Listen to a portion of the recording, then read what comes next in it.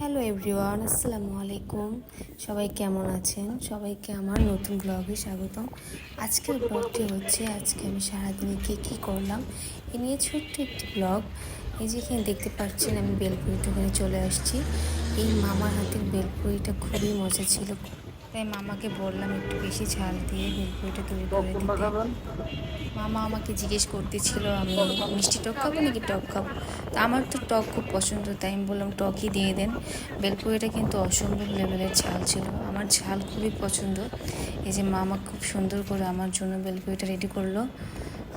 এই যে এখানে দেখতে পাচ্ছেন আমগুলো, এগুলো সিজনাল আম। আম তো কম বেশি সবারই পছন্দ, আমারও আম খুবই পছন্দ।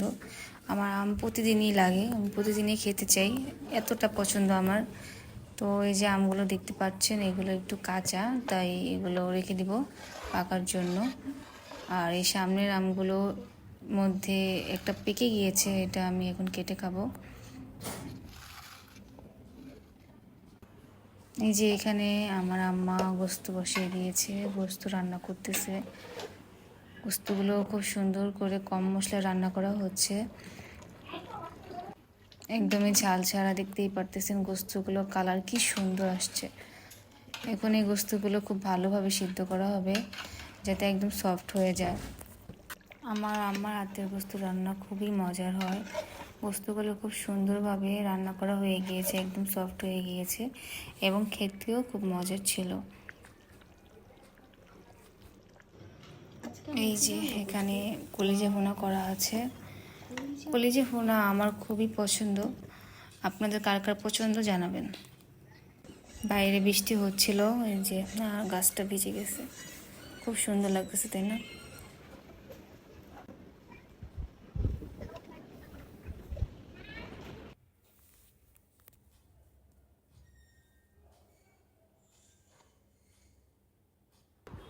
চা খাওয়া চা ওই আল্লাহ। আজকের আকাশটা কিন্তু অনেক বেশি সুন্দর, একদম পরিষ্কার আকাশ। যেমনই রোদ ছিল তেমনই খুব সুন্দর বাতাস। কার কার এরকম আবহাওয়া পছন্দ? আমার তো খুব ভালো লাগে।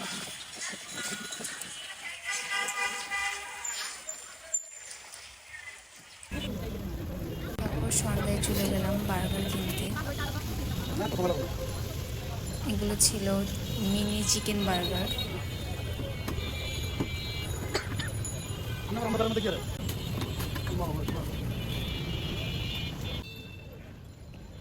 তাহলে এই ছিল আমার ছোট্ট একটি ব্লগ।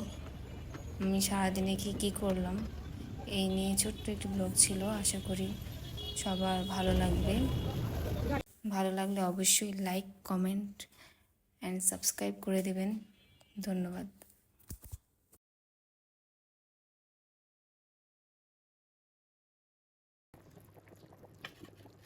বস্তু